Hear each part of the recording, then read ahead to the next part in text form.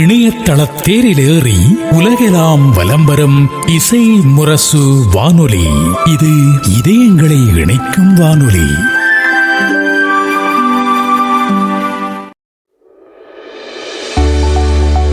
வரவேற்பறை நிகழ்ச்சியில் சிறு குறு நிறுவனங்களாக உணவு உற்பத்தி மற்றும் விற்பனை நிறுவனங்களை அமைப்பவர்களுக்கான அரசு விதிமுறைகள் மற்றும் தொழில்சார் வழிமுறைகள் குறித்து பேசுகிறார் உணவு பாதுகாப்பு ஆலோசகரும் SAS மைக்ரோ நிறுவனத்தின் நிறுவனருமான அபுபக்கர் சித்திக் அவர்கள். இசை முரசு FM இணைய வானொலி நேயர்கள் அனைவருக்கும் நெஞ்சம் நிறைந்த சலாம். அஸ்ஸலாமு அலைக்கும். இன்றைய வரவேற்பறை நிகழ்ச்சியில் நாம் சந்தித்து உரையாட இருப்பது சென்னை SAS மைக்ரோ நிறுவனத்தினுடைய நிறுவனராக இருக்கக்கூடிய திரு அபுபக்கர் சித்திக் அவர்களை சந்தித்து பேசியிருக்கிறோம். திரு அபுபக்கர் சித்திக் அவர்கள் தமிழகம் முழுக்க உணவு பாதுகாப்பு சார்ந்த விழிப்புணர்வு பணிகளையும் பயிற்சி வகுப்புகளையும் நடத்தி கொண்டிருக்கிறார்கள். உணவு சார்ந்த தொழில்களையும் வியாபாரங்களையும் வணிக ரீதியாக உற்பத்தி ரீதியாக உணவு சார்ந்த உற்பத்திகளை மேற்கொள்ளக்கூடிய நிறுவனங்கள் இன்றைக்கு அதிகரித்து வருகிறது. இண்டஸ்ட்ரியல் ரீதியாக தொழிற்சாலை ரீதியாக உருவாக்கப்படக்கூடிய உற்பத்தி பொருட்கள் ஒருபுறம், இல்லங்கள் தூரம் குடிசை தொழிலாக ஸ்மால் ஸ்கேல் இண்டஸ்ட்ரியல் ஸ்கேல் என்கிற அந்த வகைப்பாட்டின் கீழ் சிறு குறு மற்றும் தொழில் நிறுவனங்களாக தொடங்கப்படக்கூடிய நிறுவனங்களில் இருந்து ஏராளமான உணவு சார்ந்த உற்பத்தி பொருட்கள் இப்போது தயாரிக்கப்பட்டு வருகிறது. இவை அனைத்தும் விற்கப்படுகிற சூழல்களும் வேறு வேறானதாக இருக்கிறது. எவை என்னென்ன சூழல்களில் எங்கெங்கு விற்பனை செய்யக்கூடியதாக இருக்கிறது, அதற்கு என்ன விதிமுறைகள் வைத்திருக்கிறார்கள், அரசு வைத்திருக்கக்கூடிய விதிமுறைகளுக்கு ஏற்ப நாம் எப்படி நம்முடைய பொருட்களை உற்பத்தி செய்வது, குறிப்பாக இது போன்ற பொருட்களை உற்பத்தி செய்வதன் மூலமாக நாம் செய்யக்கூடிய தவறுகள் என்னென்ன இருக்கிறது, அதற்கு அரசு என்ன அவதானம் அல்லது தண்டனைகளை விதிக்கும், அதிலிருந்து நம்ம எப்படி தப்பித்துக் கொள்வது, நம்மை பாதுகாத்துக் கொள்வது என்பதை போன்ற பல்வேறு தகவல்களை இந்த நிகழ்ச்சியில் நாம் உரையாட இருக்கிறோம். இப்போது நம் அனைவர் சார்பிலும் SAS மைக்ரோ நிறுவனத்தினுடைய நிறுவனர் திரு அபுபக்கர் சித்திக் அவர்களை அன்போடு வரவேற்றுக் கொள்வோம். அஸ்ஸலாமு அலைக்கும் சார். வலைக்கம் சலாம் சார். வணக்கம் சார். வணக்கம். இப்ப நாம ஒரு விரிவான உரையாடலுக்காக வந்திருக்கிறோம். அதுக்கு முன்னால உங்களை பற்றி ஒரு சுருக்கமான அறிமுகத்தை நம்ம நேர்களுக்கு சொல்லுங்க. உங்களுடைய சொந்த ஊர், உங்களுடைய கல்வி, உங்களுடைய தொழில்சார் நிறுவனம், இது குறித்த ஒரு சுருக்கமான அறிமுகத்தை சொல்லுங்க. முதல்ல இந்த மாதிரியான ஒரு நிகழ்ச்சிக்கு என்ன அழைத்ததற்கு இசை முரசு FMK என்னுடைய நன்றியை தெரிவிச்சுக்கிறேன் சார். நன்றி சார். என்னுடைய பேர் அபுபக்கர் சித்திக். நான் ஒரு உணவு பாதுகாப்பு ஆலோசகரா இருக்கேன். உணவு தொழில் சார்ந்த நிறுவனங்களுக்கு ஆலோசனைகளை வழங்கி அங்க இருக்கிற எம்ப்ளாயிஸ்க்கு அவங்களுக்கு தேவையான விழிப்புணர்வு ட்ரைனிங்கை உருவாக்குறது தான் எங்களுடைய பிரதான பணியா இருக்கு. சரி. உங்களுடைய சொந்த ஊர்? என்னுடைய சொந்த ஊர் கொடைக்கானல் சார். ஓகே. கொடைக்கானல். நான் படிச்சது ஸ்கூலிங்லாம் படிச்சது கொடைக்கானல் தான். ஓகே. அதுக்கப்புறம் என்னோட UG PG நான் பண்ணது கோயம்புத்தூர் அண்ட் சென்னையில. Okay sir. அதுக்கப்புறமா ஒரு உணவு தொழில் சார்ந்த ஒரு நிறுவனத்துல நான் குவாலிட்டி மேனேஜரா சில காலம் ஒர்க் பண்ணேன். அதுக்கப்புறம் உணவு பாதுகாப்பு ஃபுட் சேஃப்டி ஆடிட்டரா சில காலம் ஒரு இண்டஸ்ட்ரியில ஒர்க் பண்ணிட்டு இருந்தேன். Okay sir. உணவு பாதுகாப்பு ஆடிட்டரா ஒரு ஏஜென்சியில ஒர்க் பண்ணிட்டு இருந்தேன், ஆடிட் ஏஜென்சியில. அதுக்கப்புறமா இது என்னுடைய சொந்த நிறுவனமான SAS மைக்ரோ, நானும் என்னோட நண்பர் மிஸ்டர் பிரபுவும் சேர்ந்து இதை உருவாக்கியிருக்கோம். ஓகே, சிறப்பு சார். சார், இப்ப நாம வெவ்வேறு துறை சார்ந்து உணவு விற்பனை, வணிகம் மற்றும் உற்பத்தி, இந்த 3 விஷயங்களையும் நாம கவனம் செலுத்தணும் சார். முதல்ல சிறு குறு வணிக நிறுவனங்களாக வைத்திருக்கக்கூடிய உற்பத்தி மையங்கள், சின்ன லெவல்ல ஒரு ஸ்நாக்ஸ் ப்ராடக்ட் பண்றது, குக்கீஸ் மாதிரியான பொருட்கள் உற்பத்தி செய்யறாங்க. இப்ப இந்த நிறுவனங்கள் இப்படி ஒரு பிசினஸ் ஐடியா இருக்கு அப்படின்னா, முதல் கட்டமா அவர்கள் என்னென்ன மாதிரியான ஒரு 5 லட்சம் ரூபாய் மதிப்பீடுக்குள்ளால அவங்களுடைய பிசினஸ் அமைச்சுக்க போறாங்க அப்படின்னா, முதல் கட்டமா அவர்கள் என்னென்ன மாதிரியான அனுமதிகள் பெற வேண்டும்? குறிப்பா இந்த ஃபுட் சேஃப்டி லைசன்ஸ் என்று சொல்கிறாங்க இல்லையா, இந்த அனுமதியை பெறுவதற்கு என்னென்ன கிரைட்டீரியா, வரைமுறைகள் வைத்திருக்கிறாங்க? முதல்ல இந்த உணவு பாதுகாப்பு உரிமம்னா என்னன்றதை நம்ம தெரிஞ்சுக்கலாம் சார். நிறைய பேர் நினைக்கிறாங்க இந்த உரிமம், அதாவது லைசன்ஸ் வந்து ஃபுட் சேஃப்டி லைசன்ஸ் வந்து பெரிய பெரிய நிறுவனங்களுக்கு மட்டும்தான் கட்டாயமாக்கப்பட்டிருக்கு. சின்ன சின்ன நிறுவனங்களுக்கு, இப்ப வீட்டளவுல தொழில் செய்யறவங்களுக்கோ இல்ல சின்ன மளிகை கடைகளுக்கோ பெட்டி கடைகளுக்கோ இதெல்லாம் அவசியம் இல்லை அப்படின்னு நினைக்கிறாங்க. இது வந்து ஒரு தவறான புரிதல் தான். நம்ம உணவு பாதுகாப்பு சட்டத்துப்படி உணவு தொழில்ல எந்த இடத்துல அவங்க இருந்தாலும் இந்த உணவு பாதுகாப்பு உரிமம் ஃபுட் சேஃப்டி லைசன்ஸ் அப்படிங்கிறது கட்டாயமாக்கப்பட்டிருக்கு. அவங்க சிறு தொழிலோ இல்ல லார்ஜ் ஸ்கேல்ல அவங்க பண்றாங்களோ இல்ல ஸ்மால் ஸ்கேல் இண்டஸ்ட்ரி அவங்க வச்சிருக்காங்களோ, உணவு பொருள் உணவு பாதுகாப்பு உரிமம் அப்படிங்கிறது ரொம்பவே அவசியமான ஒண்ணு. இதுல யாருக்கு என்ன லைசன்ஸ் எடுக்கணுன்றதுக்கு சில கிரைட்டீரியா நீங்க சொன்ன மாதிரி வச்சிருக்காங்க, சில வரையறைகள் இருக்கு. இதுல வந்து முதல்ல ரெஜிஸ்ட்ரேஷன் சர்டிபிகேட்னு ஒண்ணு சொல்லுவாங்க சார். சரி, ரெஜிஸ்ட்ரேஷன் சர்டிபிகேட்னு ஒண்ணு இருக்கு. இது வந்து யாருக்குன்னா வருடத்துக்கு 12 லட்சம் ரூபாய்க்கு கீழே டர்ன் ஓவர் பண்ணாங்க அப்படின்னா அவங்களுக்கு இந்த ரெஜிஸ்ட்ரேஷன் சர்டிபிகேட். சரி, இது யாருக்கெல்லாம் பொருந்துன்னா அந்த மளிகை கடை வச்சிருக்கவங்க, பெட்டி கடை, ரோட்டோர கடைகள் வச்சிருக்காங்க, ஸ்ட்ரீட் ஃபுட் வெண்டர்ஸ், இவங்களுக்கு எல்லாம் வந்துட்டு இந்த 100 ரூபாய் ஒரு ரெஜிஸ்ட்ரேஷன் சர்டிபிகேட்டே போதும், ஆர்சின்னு சொல்லுவாங்க. ஓகே, மூலமாவே இப்ப விண்ணப்பிச்சுக்கலாம் இல்லையா? இப்ப எல்லாமே ஆன்லைன் மூலமாவே நம்ம விண்ணப்பிச்சுக்கலாம் சார். நேரடியா போகணுன்ற எந்த அவசியமுமே கிடையாது, எல்லாமே ஆன்லைன்ல பண்ணிக்கலாம். ஓகே, இது ஒரு வரையறை வச்சிருக்காங்க. இந்த 100 ரூபாய்ன்றது 12 லட்சம் ரூபாய்க்கு கீழே அவங்களுடைய ஆண்டு வருமானம் இருந்தது அப்படின்னா அவங்களுக்கு வந்து ரெஜிஸ்ட்ரேஷன் சர்டிபிகேட் வருடத்துக்கு 100 ரூபாய் தான். சரி, 5 வருஷம் வரைக்கும் அவங்க ஒரே தடவையில எடுத்து வச்சுக்கலாம் அதை. Okay sir. அதுக்கப்புறம் பார்த்தோம்னா ஸ்டேட் லைசன்ஸ்னு ஒண்ணு இருக்கு. இந்த ஸ்டேட் லைசன்ஸ்க்கு என்ன வரையறை கிரைட்டீரியா வச்சிருக்காங்க அப்படின்னா இது வந்து 2 ஸ்டேட் லைசன்ஸ்ல ஒருவேளை ஹோட்டல், ரெஸ்டாரண்ட் இதெல்லாம் ரன் பண்றவங்களுக்கும் லைசன்ஸ் இருக்கு. அதே மாதிரி உணவு தொழில் உற்பத்தி பண்றவங்களுக்கு இருக்குது. சரி, இப்ப முதல்ல இதுல வந்து 2000 ரூபாய்க்கு ஒரு லைசன்ஸ் இருக்குது. அது வந்து ரெஸ்டாரண்ட் எல்லாம் ரன் பண்றவங்க எல்லாம் வச்சிருப்பாங்க, ஹோட்டல் இவங்க எல்லாம். இவங்க வந்து 2000 ரூபாய் உரிமம் வந்து வாங்கிக்கலாம்.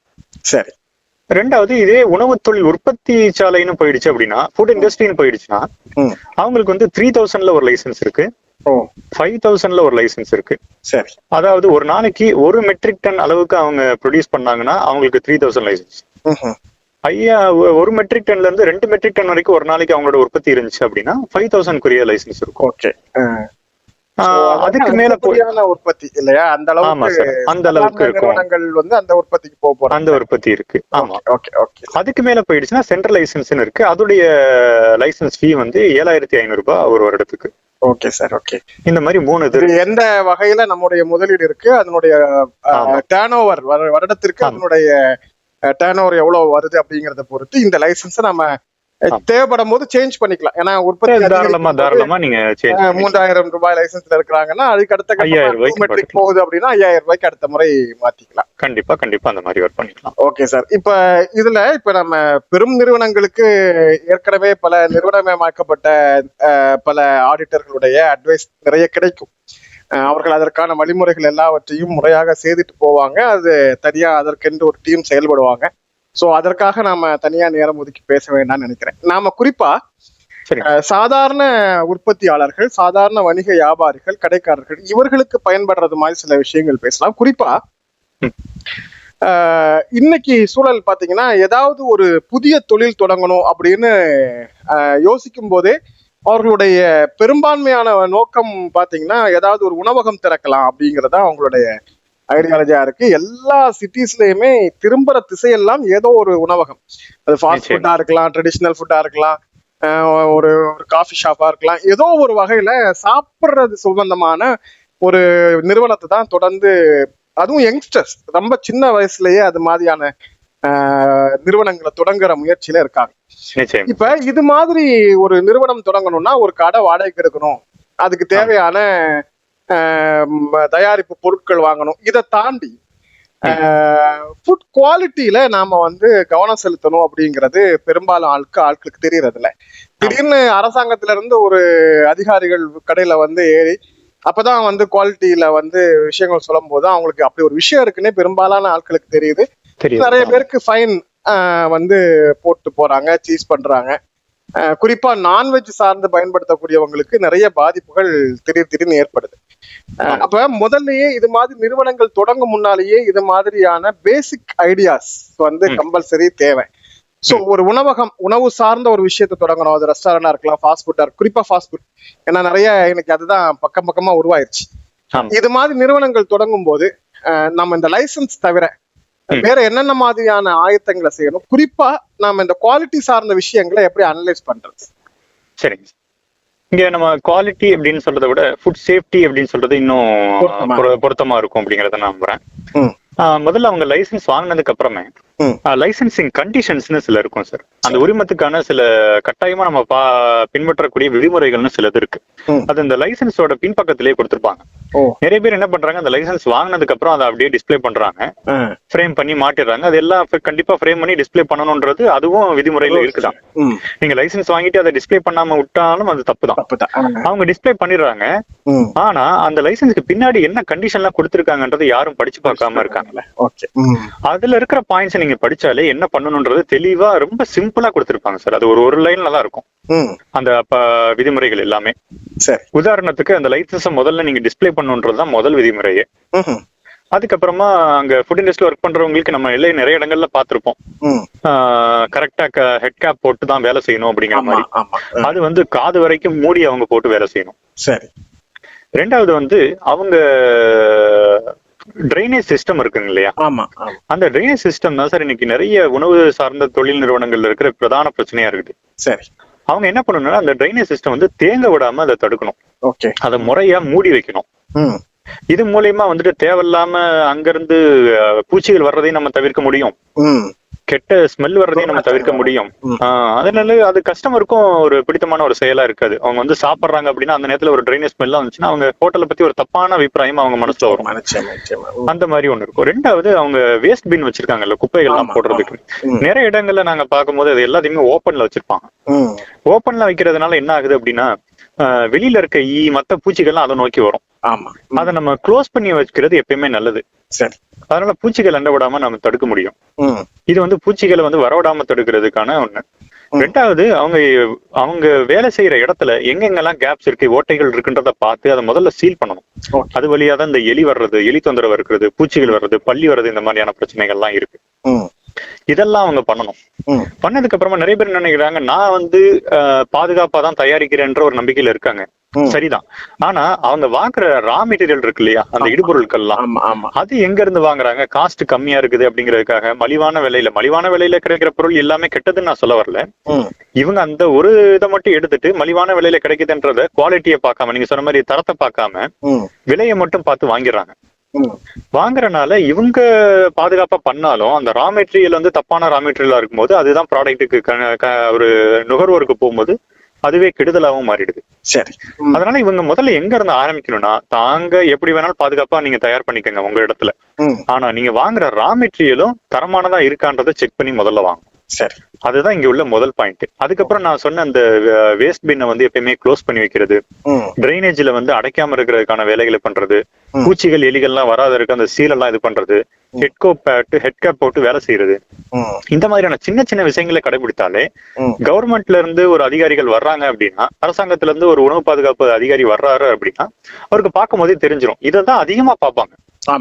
ரெண்டாவது நிறைய பேர் பண்ற தப்பு என்னன்னா, அவங்க உணவுப் பொருட்கள் வாங்கி வைக்கிறாங்க, ஏதாவது ஸ்டோர் பண்ணி வச்சிருக்காங்கன்னா அதை லேபிள் பண்றதே இல்ல சார். அந்த லேபிள் ஒரு ரொம்பவே முக்கியமான ஒண்ணு. அது என்னைக்கு பண்ணாங்க, எப்ப வரைக்கும் யூஸ் பண்ணலான்ற எந்த ஒரு தகவலுமே அதுல இல்லாதனால அது தப்பா யூஸ் பண்றதுக்கான வாய்ப்புகள் நிறைய இருக்கு. இப்ப 2 நாள் யூஸ் பண்ற ப்ராடக்ட லேபிள் பண்ணாதான் 2 நாளுக்குள்ள யூஸ் பண்ணி அதை தூக்கி போட முடியும். அவன் லேபிள் பண்ணாம என்னைக்கு பண்ணாங்கன்றது தெரியாது. நேத்து பண்ணவர் இன்னைக்கு லீவ் எடுத்துருக்கலாம். அப்படி அடுத்து வர்றவர் என்ன பண்ணுவாரு, அன்னையோட 2 நாளைக்கு யூஸ் பண்ணும்போது அது தேவையில்லாம ஒரு உணவு கெடுதலுக்கு கொண்டு போய் அதை சாப்பிட்றவங்களுக்கு தான் கெடுதலா நிற்கும். நம்ம பேரும் அங்க கெட்டு போயிடும். சரி. இன்னைக்கு நிறைய ஹோட்டல் பேர் கூகுள் ரிவ்யூ பார்த்து தான் சார் போய் சாப்பிடலாம். இந்த மாதிரியான விஷயங்கள் எல்லாம் கடைபிடிக்காதனாலதான் அவங்களோட ரிவ்யூ அங்க இதாகுது, அது பிசினஸையும் அவங்களை அஃபெக்ட் பண்ற மாதிரி இருக்குது. சரி. Okay sir. இப்ப நீங்க ஒரு தணிக்கையாளர், அதாவது ஃபுட் ஆடிட்டர் அப்படின்னு ஒரு பொறுப்பையும் செஞ்சுட்டு இருக்கீங்க. பல ஆண்டுகள் அந்த துறையில பணியாற்று. பொதுவா அக்கௌண்ட்ஸ் ஆடிட்டர் அப்படிங்கிற பணியை தான் பெரும்பாலும் பொது சமூகம் அறிந்திருக்கக்கூடிய ஒரு பணியாக இருக்கு. ஃபுட் ஆடிட்டிங் அப்படிங்கிறது என்ன சார்? அதை ஒரு நிறுவனத்துல அதனுடைய பணி என்னவாக? ஃபுட் ஆடிட் அப்படிங்கிறது சார், இப்ப உணவு பாதுகாப்பு சட்டம் சில விதிமுறைகள்ல சொல்லுதுன்றத நம்ம பார்த்தோம் இல்லையா? அந்த விதிமுறைகள்லாம் என்ன அப்படிங்கறது ஒரு பக்கம் இருக்கட்டும், ஒரு பக்கம் இருக்கும். இன்னொரு பக்கம் நம்ம எந்த கம்பெனிக்கு ஆடிட் போறோமோ அந்த கம்பெனில என்னெல்லாம் ஃபாலோ பண்றாங்கன்றத ரெண்டுத்தையும் கம்பேர் பண்ணி பார்ப்போம். அதுல ஒரு 100 பாயிண்ட் இப்ப ஆடிட்ல நம்ம ஒரு செக்லிஸ்ட் மாதிரி ரெடி பண்ணிட்டு போறோம் அப்படின்னா இல்ல FSSAI உணவு பாதுகாப்பு சட்டத்திலேயே சில ஒரு 40 பாயிண்ட் சொல்லியிருக்காங்க அப்படின்னா அந்த 40 பாயிண்ட்ல எதெல்லாம் இவங்க வந்து பாஸ் ஆகுறாங்க, எதெல்லாம் அவங்க இன்னும் இம்ப்ரூவ் பண்ணிக்கணும், எதெல்லாம் ஃபெயில் ஆகுறாங்க அப்படிங்கறத ஒரு ரிப்போர்ட் மாதிரி அவங்களுக்கு கொடுப்போம். இதுதான் எங்களுடைய பிரதான பணியா இருக்கு. Okay okay. அதாவது அரசாங்கம் என்ன சொல்லுது, அவங்க என்ன ஃபாலோ பண்றாங்க, இரண்டுத்தையும் கம்பேர் பண்ணி ஒரு ரிப்போர்ட் கொடுப்போம். ஓகே, எதெல்லாம் சரியாக இல்ல அப்படிங்கறதையும் நீங்க அதுக்குள்ள அதாவது அதெல்லாம் சொல்லிடுவோம். நடவடிக்கை எடுத்து அந்த கடை மூடப்படுவதை தடுக்கிறது அல்லது அந்த கடையை வந்து சீல் பண்றதையோ அல்லது அதன் மீது புகார் தொடுப்பதையோ அல்லது வழக்கு தொடர்றதையோ அல்லது அது சார்ந்து எந்த நடவடிக்கையும் எடுப்பதற்கு முன்னால் அந்த பிரச்சனையை முழுமையா சரி பண்றதுதான். ஆமா, சுருக்கமா சொன்னா சட்ட ரீதியான நடவடிக்கை எதுவும் அவங்களுக்கு வராம இருக்கிறதுக்கு நாங்க முன்கூட்டி ஆலோசனைகளை உங்களுக்கு சொல்றதுதான் எங்களோட பணியாக இருக்கு சார். Okay okay sir. இப்ப இந்த கேட்டகரிக்குள்ளால வீடுகள்லயே இன்னைக்கு வந்து பாத்தீங்கன்னா நிறைய கேக் ப்ராடக்ட்ஸ் வந்து செய்யறாங்க.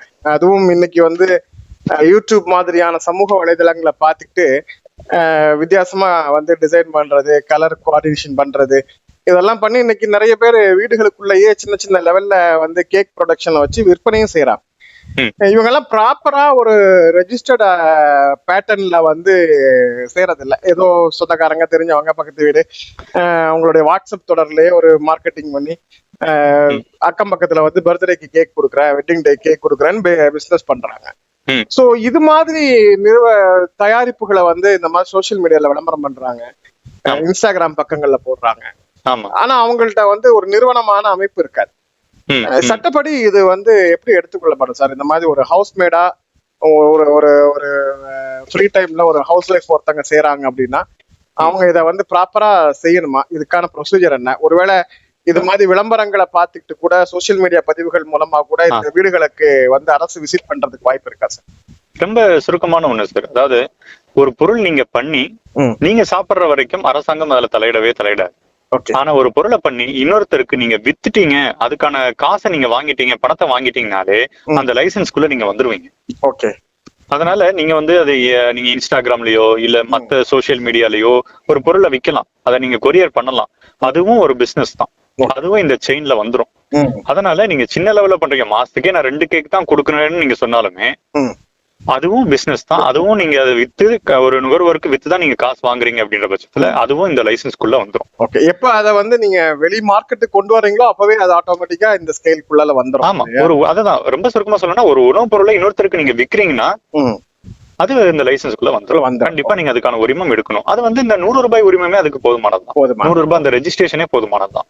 ஓகே. அதனால இந்த மாதிரி வீடுகள்ல உட்கார்ந்து உற்பத்தி செய்து நான் ஒரு பேஷனுக்கு பண்றேன், டைம் பாஸ் பண்றேன் அல்லது பார்ட் டைமா இன்கம் பண்றேங்கிறதுக்காக நீங்க அதிகாரம் இல்லாம செய்யாதீங்க. முறையான அங்கீகாரத்தை பண்ணலாம். அது அவங்க நான் நிறைய பண்றது இல்ல, எப்பயாதான் பண்றேன், நீங்க சொல்ற மாதிரி பார்ட் டைமா பண்றேன் அப்படின்ற மாதிரி இருந்தாலும் இந்த 100 ரூபாய் ரெஜிஸ்ட்ரேஷன் சர்டிபிகேட் அவங்க வாங்கிட்டாலே அதுவே போதுமானது. Okay sir. இப்ப ரொம்ப ஈஸியா அந்த நடைமுறைகளை கொண்டு வந்துட்டாங்க, உட்கார்ந்த இடத்துல வேலை செய்ய முடியும் அப்படின்னு நம்ம பேசிட்டோம். என்னென்ன டாக்குமெண்ட்ஸ் கொடுக்க இருக்கும், எப்படி முறையா அதை விண்ணப்பிக்கிறதுன்னு மட்டும் சொல்லி. இப்ப நம்ம ஆரம்பத்துல இருந்து இந்த சிறு தொழில் வீட்டளவுல பண்றவங்களுக்கு மட்டுமே பேசிட்டு இருக்கனால அதுக்கு மட்டும் என்ன டாக்குமெண்ட்ன்றது சொல்றேன் சார். அது ரொம்ப சிம்பிளான டாக்குமெண்ட் தான். இப்ப அந்த 100 ரூபாய் ரெஜிஸ்ட்ரேஷன் சர்டிபிகேட் உங்களுக்கு வேணும் அப்படின்னா உங்களுடைய நேம் கேட்பாங்க. ஒருவேளை உங்களுடைய அந்த கடைக்கோ இல்ல வீட்டுல இருந்து பண்றதுக்கோ அதுக்கு ஏதாவது ஒரு பிசினஸ் நேம் கொடுத்தீங்கன்னா அந்த பிசினஸ் நேம் கொடுக்கலாம், இல்ல உங்க நேம்லயே நீங்க வாங்கிக்கலாம். சரி. உங்களுடைய போன் நம்பர் தேவைப்படும், உங்களுடைய இமெயில் ஐடி தேவைப்படும். இது இல்லாம டாக்குமெண்ட்னு பாத்தீங்கன்னா உங்களுடைய ஆதார் கார்டு, உங்களுடைய பாஸ்போர்ட் சைஸ் போட்டோ, அந்த எந்த இடத்துல பண்றீங்களோ அந்த இடத்துக்கான ஏதாவது ஒரு சான்று வேணும் சார், ஒரு ப்ரூஃப் வேணும், பிரிமைசஸ் ப்ரூஃப்னு சொல்லுவாங்க. ஒருவேளை நீங்க வீட்லயே பண்றீங்க, உங்க ஆதார் கார்டுல உள்ள அட்ரஸும் வீட்டு அட்ரஸ்ல இருக்குன்னா அந்த ஆதார் கார்டே போதுமானதான். ஆதார் கார்டும் பிரிமைசஸ் ப்ரூஃபும் ஒரு ப்ரூஃபாவே நீங்க கொடுத்துடலாம். ஒருவேளை உங்க ஆதார் கார்டுல வேற அட்ரஸ் இருக்குன்னா, ஒருவேளை நீங்க வாடகைக்கு எடுத்து பண்றீங்கன்னா அங்க உள்ள இபி பில் ரசீதோ, கேஸ் பில் ரசீதோ, இல்ல ரெண்டல் அக்ரிமெண்ட் நீங்க ஏதாவது போட்டிருக்கீங்க அப்படின்னா அதுக்கான ஒரு சான்று நீங்க கொடுக்குற மாதிரி இருக்கும். இது 3 டாக்குமெண்ட் தான் அந்த 100 ரூபாய் ரெஜிஸ்ட்ரேஷன் சர்டிபிகேட்டுக்கு.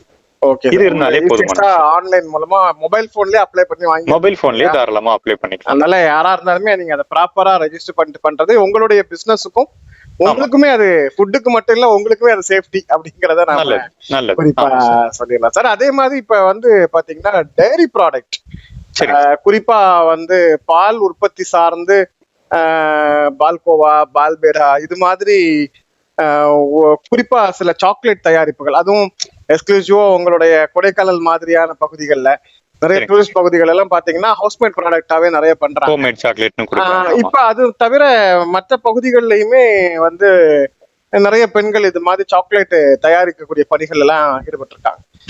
எதுவாக இருந்தாலுமே டெய்ரி ப்ராடக்ட்டுக்குன்னு தனி துறை இருக்கு இல்லையா, அங்க இந்த மாதிரி ஏதாவது அனுமதிகள் பெறணுமா, இல்ல இது 100 rupees லைசன்ஸ் போதுமானது? இல்ல, அவங்கள வந்து சின்ன லெவல்ல பண்றாங்கன்னா இந்த 100 ரூபாய் ரெஜிஸ்ட்ரேஷன் சர்டிபிகேட்டே போதும். இப்ப உதாரணத்துக்கு பெரிய பெரிய பால் நிறுவனங்கள்லாம் இருக்கு இல்லையா, ஆமா, அவங்க எல்லாம் பண்றாங்கன்னா அவங்களுக்கு தனி கேட்டகரியே இருக்கு FSSAI லைசன்ஸ்லயே. சரி. மில்க் ப்ராசஸிங் யூனிட்னே சொல்லுவாங்க. சரிங்களா. அதே மாதிரி மீட் ப்ராசஸிங் யூனிட் இருக்கு. ஆமா ஆமா. இப்ப வரைக்கும் இந்த மாதிரி சின்ன அளவுல பண்றாங்க அப்படின்னா அது உங்களுக்கு ஜெனரல் மேனுஃபேக்சரிங்லயே வந்துருவாங்க. ஓகே.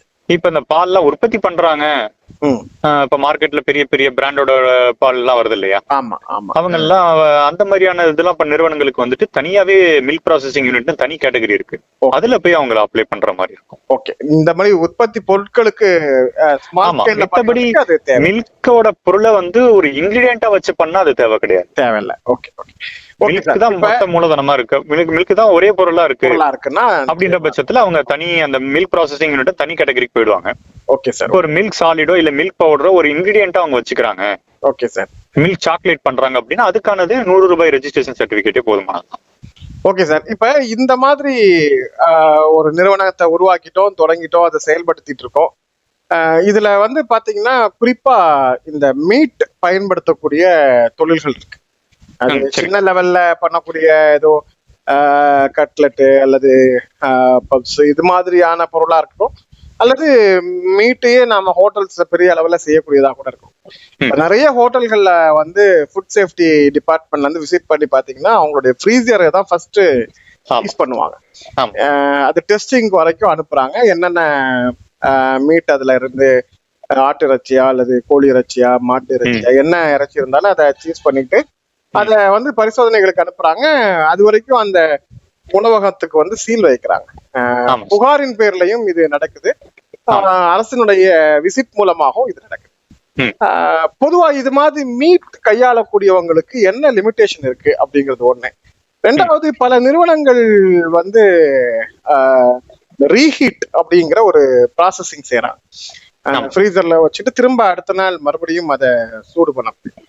இப்படி சூடு பண்ணும் போது சட்ட ரீதியாக இந்த சூடு பண்ணி கொடுக்கக்கூடிய உணவுகளுக்கு ஏதாவது வரையறைகள் அல்லது குற்றம் இது மாதிரியான லிமிடேஷன்ஸ் செய்யப்பட்டிருக்கா சார்? இருக்கு சார். அதாவது எந்த ஒரு உணவுப் பொருளையும் வந்துட்டு நீங்க வெஜிடேரியன் உணவுப் பொருளை சூடு படுத்தணும் அப்படின்னா குறைஞ்சது 60 டிகிரி செல்சியஸ்ல நீங்க சூடு பண்ணணும். சரி. 10 நிமிஷத்துக்கு. அதாவது 60 டிகிரி செல்சியஸ் வந்ததுக்கு அப்புறமா அதுல இருந்து 10 நிமிஷம் நீங்க வச்சிருக்கணும். எடுத்து ஆரம்பத்துல இருந்து 10 நிமிஷம் கிடையாது. இதுவே ஒரு நான்வெஜ் உணவு பொருள் எந்த மீட்டா இருக்கட்டும், அது கோழியா இருக்கட்டும் இல்ல ஆடு மாட்டு இறைச்சி, அது ஆடு இறைச்சியா இருக்கட்டும், எது வேணா இருக்கட்டும், அது வந்து நீங்க 70 டிகிரி செல்சியஸ்ல அதை நீங்க ஹீட் பண்ற மாதிரி இருக்கும். 10 நிமிஷம். ஆமா. ரெண்டாவது வந்து 70 டிகிரி செல்சியஸ்ல நீங்க 2 நிமிஷம் அதுக்கு ஹீட் பண்ணாலே போதுமானது. 2 நிமிஷம் ஹீட் பண்ணாலே போதுமானதுதான். இது ஒருவேளை நீங்க வந்து ஒரு பொருளை வந்து ஃப்ரீஸ் பண்றீங்க அப்படின்னா, இன்னைக்கு நிறைய ஃப்ரோசன் மீட் தான் சார் இந்த மார்க்கெட்ல கிடைக்குது. அப்படி நீங்க ஃப்ரீஸ் பண்றீங்க அப்படின்னா அந்த ஃப்ரீஸ் பண்ற டெம்பரேச்சர் வந்து கண்டிப்பா -18 டிகிரி செல்சியஸ்க்கு கீழே இருக்கணும். -18 -19 இல்லைன்னா -18 இருந்து -22 வரைக்கும் வச்சுக்கலாம் நம்ம. சரி. சரிங்களா. இந்த டெம்பரேச்சர்ல தான் ஃப்ரீசர்ல நீங்க ஸ்டோரே பண்ணிருக்கணும். அப்படி ஸ்டோர் பண்ற ஃப்ரீசர்ல மத்த உணவுப் பொருட்கள் எதையும் நம்ம வைக்க கூடாது. ஒண்ணு. ரெண்டாவது, அதுல ஐஸ் எல்லாம் ஃபார்ம் ஆகாதபடி நம்ம கவனமா பாத்துக்கணும். முறையா மூடி வைக்கணும். இந்த மாதிரியானதெல்லாம் இருக்கு சார். Okay sir. சோ இது மாதிரி ப்ராசஸிங் சரியா இருக்கணும். அதிகபட்சமா ஒரு மீட் 1 or 2 டேஸ்க்கு மேல இது மாதிரி ஃப்ரீஸ்டு மீட் இல்லாத சும்மா வந்து வெளியே எடுத்து வச்சிருக்கிறோம், சூடு பண்ணி வச்சிருக்கிறோம், அல்லது நார்மல் ஃப்ரிட்ஜ் யூஸ் பண்ணுவாங்க கடைகள்ல, அது மாதிரி பொருட்கள்ல வந்து இந்த இறைச்சிகள் பாதுகாக்கப்படுது அப்படின்னா அதை பறிமுதல் செய்ய வாய்ப்பு இருக்கா?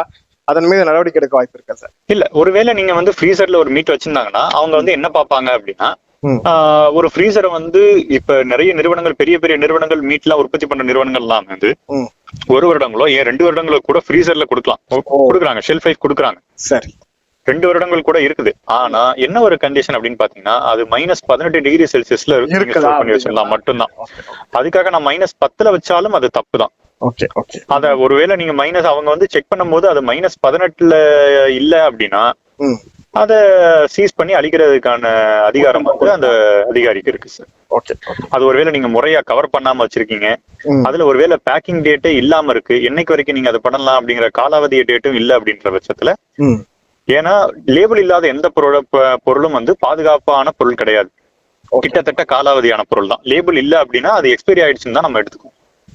ஓகே சார், அது நேத்தே நீங்க பெர் பண்ணாலும். ஓகே, நம்ம நிறைய விஷயங்கள் பாதுகாப்பு சார்ந்த தகவல்களை வந்து குறிப்பா தொழில் சார்ந்து செயல்படக்கூடியவங்களுக்கு பயனுள்ள வகையில சொல்லியிருக்கோம். இப்ப இறுதியா எஸ்ஏஎஸ் மைக்ரோ நிறுவனத்தினுடைய இந்த தொடர் விழிப்புணர்வு அரங்குகள், பயிற்சிகள், ஒவ்வொரு ஊர்கள்லையும் இது மாதிரி உணவு பாதுகாப்பு ஆலோசகர்களை உருவாக்குகிற இந்த முயற்சியை வந்து நீங்க செஞ்சுக்கிட்டு இருக்கீங்க. இது குறித்தும் விரிவாக பேசுவோம். அதே போன்று மிக சின்ன லெவல்ல தொடங்கக்கூடிய உணவு சார்ந்த உற்பத்தி நிறுவனங்கள் அல்லது வணிக நிறுவனங்கள்ல இருந்து மிகப்பெரிய முதலீட்டில் செய்யப்படக்கூடிய multi cushion restaurant, 3 star 5 star hotels, அதே மாதிரி இன்னும் உற்பத்தியிலையும் பல மில்லியன்ஸ் உற்பத்தியுடைய பொருட்களை தயாரிக்கக்கூடிய முறையான வழிமுறைகள், ஆடிட்டிங், என்னென்ன மாதிரியான வழிமுறைகளை எப்படி பாதுகாப்பிற்காக செய்வது, அரசாங்கத்தினுடைய சட்டத்திட்ட விதிமுறைகளுக்கு உட்பட்டு எப்படி இந்த உணவுசார் உற்பத்தி அல்லது வணிக வியாபாரத்தை செய்வது என்பது பற்றிய ஒரு முழுமையான பணியை அந்த நிறுவனத்திற்கு நேரடியாக செய்து வழங்கி கொண்டிருக்கிறீர்கள். இந்த பணியன்களில் உங்களுடைய பயனை பெறுவதற்கு, அதாவது எஸ்ஏஎஸ் நிறுவனத்தினுடைய இந்த பயனை பெறுவதற்கு உங்களை தொடர்பு கொள்வதற்கான தொலைபேசி இலக்கம் இந்த நிகழ்ச்சியினுடைய இறுதியில் நாம் கொடுப்போம். கேட்கக்கூடிய நேயர்கள், இந்த நிகழ்ச்சியை பார்க்கக்கூடியவர்கள், உங்களுடைய தேவைக்காக நீங்க அபுபக்கர் சித்திக் சார் அவர்களை கான்டாக்ட் பண்ணணும்னா அவருடைய மொபைல் நம்பர் நிகழ்ச்சியினுடைய இறுதியில தர்றோம், நீங்க குறித்துக் கொள்வதற்கு தயாராகலாம். நம்ம இறுதியாக ஒரு கேள்வியோடு நிறைவு செய்வோம். சார், இப்ப வந்து எஸ்ஏஎஸ் நிறுவனத்துல நாம ஏற்கனவே சொன்னது மாதிரி நேரடியாக இந்த வழிமுறைகள் சொல்லிக் கொடுப்பது மட்டுமல்ல, நிறுவனங்களுக்கு இந்த ஏற்பாடுகள் செய்து கொடுப்பது, பாதுகாப்பான தயாரிப்புகளை உற்பத்தி செய்வது, முறைப்படுத்துவது அப்படிங்கிறதையும் தாண்டி நிறைய கல்லூரிகள்ல வந்து விழிப்புணர்வு நிகழ்ச்சிகள் நடத்துறீங்க. குறிப்பா வந்து இந்த துறையில பணியாற்றக்கூடியவங்க, ஒரு ஹோட்டல்ல வந்து ஒரு 30-40 பேர் இருக்காங்கன்னா அவங்களுக்கு வந்து ப்ராப்பரா எப்படி அந்த ஹோட்டல்ல இருக்கிறது அப்படிங்கிற ட்ரைனிங் கொடுக்குறீங்க. ஆமா, இது மாதிரியான பயன்கள்லாம் என்ன மாதிரியான அடிப்படைகள் செய்றீங்க, என்னென்ன பணிகள் செய்றீங்க அப்படிங்கிற சொல்லுவோம். இறுதியா அந்த தேவைகளுக்காக உங்களை தொடர்பு கொள்றதுக்கான கான்டாக்ட் நம்பர் நம்ம கொடுத்துடலாம். சரிங்க சார், கண்டிப்பா. நாங்க நிறைய கல்லூரிகளுக்கு போய் அங்க உள்ள ஃபுட் டெக்னாலஜி, மைக்ரோபயாலஜி இந்த மாதிரியான படிப்புகள் படிக்கிற மாணவர்களுக்கு ஒரு 3 நாள்ல இருந்து 5 நாள் வரைக்கும் சர்டிபிகேட் கோர்ஸ் வந்து நாங்க பண்ணிட்டு இருக்கோம். சர்டிபிகேட் ப்ரோக்ராம் வந்து நாங்க பண்ணிட்டு இருக்கோம். இது அவங்களுக்கு எந்த விதத்துல உபயோகமா இருக்கும் அப்படின்னா, ஒரு உணவு தொழிற்சாலைக்கு அவங்க போறாங்கன்னா கண்டிப்பா குவாலிட்டி கண்ட்ரோல், குவாலிட்டி அசூரன்ஸ்னு ஒரு ப்ரொஃபஷன் இருக்கு. நான் ஒருவேளை ஒரு குவாலிட்டி கண்ட்ரோல் இல்ல குவாலிட்டி அசூரன்ஸ் வேலைக்கு நான் போகணும் ஒரு ஃபுட் இண்டஸ்ட்ரியில அப்படின்னா, அவங்களுக்கு இந்த மாதிரியான பயிற்சி வகுப்புகள் வந்து தேவையான ஒண்ணா இருக்கும். ஓகே, நாளைக்கு இந்த மாதிரியான பயிற்சி வகுப்புகள் முடிச்சவங்களுக்கு அங்க முன்னுரிமை வந்து அதிகமா கொடுப்பாங்க. ஓகே, அதே மாதிரி அந்த துறை சார்ந்து ஒரு கூடுதல் சர்டிபிகேட் கோர்ஸ், ப்ரொஃபைல் ஸ்ட்ரெங்தனுக்கு அது பயனுள்ளது. கண்டிப்பா அவங்க வந்து அகாடமிக் குவாலிஃபிகேஷன் ஒன்னு வச்சிருப்பாங்க. அது இல்லாம இந்த மாதிரி அடிஷனல் குவாலிஃபிகேஷன் அவங்களுக்கு நாங்க கொடுக்குறோம். இது மூலமா ஒரு நாளைக்கு நம்மளுடைய எதிர்காலத்துல வந்துட்டு எந்த ஒரு ஃபுட் சேஃப்டி இஷ்யூவும் நடக்காம இருக்கிறதுக்காக இவங்களை இப்ப இருந்தே தயார் பண்றத பணியை தான் எங்களோட நாங்க பண்ணிட்டு இருக்கோம். Okay, okay sir. அதே மாதிரி இந்த நிறுவனங்கள்ல பணியாற்றக்கூடிய ஊழியர்களுக்கு என்ன மாதிரி பயிற்சிகள் வழங்குறீங்க சார்? இப்போ ஒரு பெரிய ஹோட்டல் இருக்கு, அந்த ஹோட்டல்ல இருக்கக்கூடிய எல்லா டைப் ஒர்க்கர்ஸ், ஏன்னா கிச்சன் ஒர்க்கர்ஸ் இருப்பாங்க, சப்ளை ஒர்க்கர்ஸ் இருப்பாங்க, ஹாஸ்பிட்டாலிட்டி ஒர்க்கர்ஸ் இருப்பாங்க, இவங்களுக்கு என்ன மாதிரியான பயிற்சிகள்? இப்போ ஃபுட் இண்டஸ்ட்ரின்னு போய்கிட்டோம்னா அவங்களுக்கு ஒரு 3 லெவல்ல நாங்க இந்த மாதிரி விழிப்புணர்வு வகுப்புகள் எடுப்போம் சார். முதல் லெவல்ல பாத்துட்டீங்க அப்படின்னா ஒரு ஃப்ரெஷரா இருக்காங்க, உணவு பாதுகாப்பு சம்பந்த விழிப்புணர்வே அவங்களுக்கு கிடையாது, இப்பதான் முதல் தடவையா வந்திருக்காங்க அப்படின்னா அவங்களுக்கு ஏத்த மாதிரியான பயிற்சி வகுப்புகள் இருக்கும். ரெண்டாவது இந்த சூப்பர்வைசர்ஸ், மேனேஜர்ஸ் அந்த கேட்டகரியில இருக்காங்க இல்லையா, அவங்களுக்கு ஒரு மீடியமான ஒரு ட்ரைனிங் நாங்க கொடுப்போம். அதுக்கப்புறமா மேனேஜ்மெண்ட், ஓகே, மேல்மட்ட அளவுல அவங்களுக்கு தேவையான சட்டத்திட்டங்களை பத்தி என்னென்னலாம் அவங்களுக்கு தெரிஞ்சுக்கணும் அப்படிங்கறத பத்தி அவங்களுக்கு இந்த மாதிரி 3 விதமா நாங்க இந்த ட்ரைனிங்கை பிரிச்சு அவங்களுக்காக வழங்கிட்டு இருக்கோம் சார். ஓகே சார், இப்ப வந்து இது மாதிரி ஒரு ப்ரொடக்ஷன் நிறுவனத்திற்கு எல்லா 3 கட்ட அளவுல பயிற்சி கொடுக்கணும்னா ஒரே நாள் போதுமானதா சார்? எத்தனை நாள் பயிற்சி தேவை? இது வந்து ஒரு ஆன்கோயிங் ப்ராசஸ்னு சொல்லுவோம் சார். ஏதோ ஒரு தடவை என்ன எடுத்துட்டு அப்படி நிப்பாட்ட போறது இல்ல. சட்டங்களும் மாறிக்கிட்டே இருக்கு. ஆமா, புது விதிமுறைகள் வந்துகிட்டே இருக்கும். அதுக்கேத்த மாதிரி நம்ம அது மாசத்துக்கு ஒரு தடவையோ இல்ல 2 தடவையோ தொடர்ந்து கொடுத்துட்டே இருக்கணும். இந்த ட்ரைனிங்கை எக்காரணத்தை கொண்டு நம்ம நிப்பாட்டிடவே கூடாது. சரி, ஓகே. இது வந்து அவங்களுக்கு ஒரு தடவை ஞாபகப்படுத்தணும்னு வச்சுக்கலாம். இன்னொரு விதத்துல அவங்களுக்கு தேவையான அந்த நாலேஜையும் ஸ்கில்லையும் நம்ம டெவலப் பண்றதுக்கு சப்போர்ட்டும் பண்ணிட்டு இருக்கோம். ஓகே சார், ஓகே, ரொம்ப அருமை. இப்ப வந்து நாம மீண்டும் ஒரு முறை நம்ம நேயர்களுக்கு இந்த நிகழ்ச்சியினுடைய சுருக்கத்தை சொல்லி உங்களுடைய கான்டாக்ட் நம்பர் கொடுத்துடலாம். குறித்துக் கொள்வதற்கு நம்முடைய நேயர்கள் தயாராக இருப்பார்கள். நேயர்களே, நாம் இப்போது வந்து உணவு உற்பத்தி மற்றும் வணிகம், வியாபாரம், உற்பத்தி மற்றும் வணிக ரீதியாக உணவு சார்ந்து மிக குறுகிய முதலீட்டிலிருந்து ஆரம்பித்து சில ஆயிரங்களில் இருந்து துவங்குகிற முதலீட்டிலிருந்து சில கோடிகளில் முதலீடு செய்யும் பெரும் நிறுவனங்கள் வரை உற்பத்திக்கும் வணிகத்திற்கும், எக்ஸ்போர்ட்டிங் ஏற்றுமதி இறக்குமதி மாதிரியான வணிகத்திற்கும் என்னென்ன மாதிரியான நிபந்தனைகள் இருக்கிறது, அரசாங்கம் என்ன வரையறைகளை வைத்திருக்கிறார்கள், என்ன மாதிரியான டாக்குமெண்ட்ஸ் தயாரிப்புகள் தேவைப்படும், புதிதாக உணவு சார்ந்து உற்பத்தி சார்ந்து தயாரிக்கக்கூடியவர்களுக்கு என்ன மாதிரியான தேவைகள், அடிப்படை தேவைகள் இருக்கும், இவை எல்லாவற்றையும் உங்களுக்கு நேரடியாக சொல்வதோடு மட்டுமல்லாமல் அதை உங்கள் பகுதிக்கே நேரடியாக வந்து அவற்றை முழுமையாக ஒழுங்குபடுத்தியும் தருகிற நிறுவனமாக SAS மைக்ரோ என்கிற இந்த சென்னையை சேர்ந்த இந்த நிறுவனம் செயல்பட்டு கொண்டிருக்கிறது. அதே போன்று கல்லூரிகளில் உணவு சார்ந்து உணவியல் சார்ந்த படிப்புகளுடைய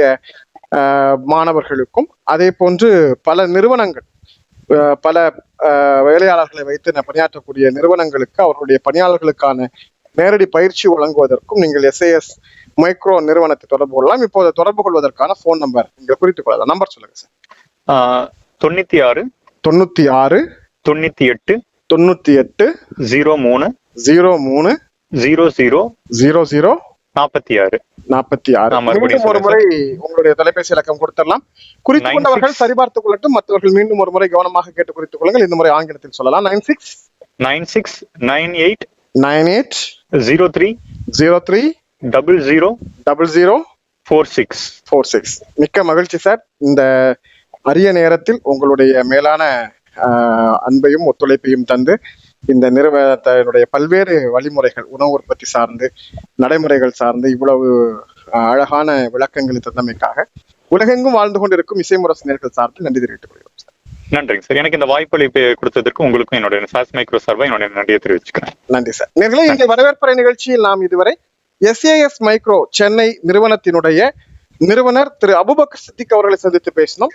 குறிப்பாக உணவு உற்பத்தி மற்றும் வணிகத்தில் என்னென்ன மாதிரியான அடிப்படைகள், அரசு விதிமுறைகளை பின்பற்றி என்ன மாதிரியான ஏற்பாடுகளை செய்ய வேண்டும், அதை எவ்வாறு செய்ய வேண்டும் என்பது பற்றியும், அவர்கள் தொடர்ச்சியாக நடத்தி கொண்டிருக்கக்கூடிய பயிற்சி வகுப்புகள் குறித்தும் பேசுகிறோம்.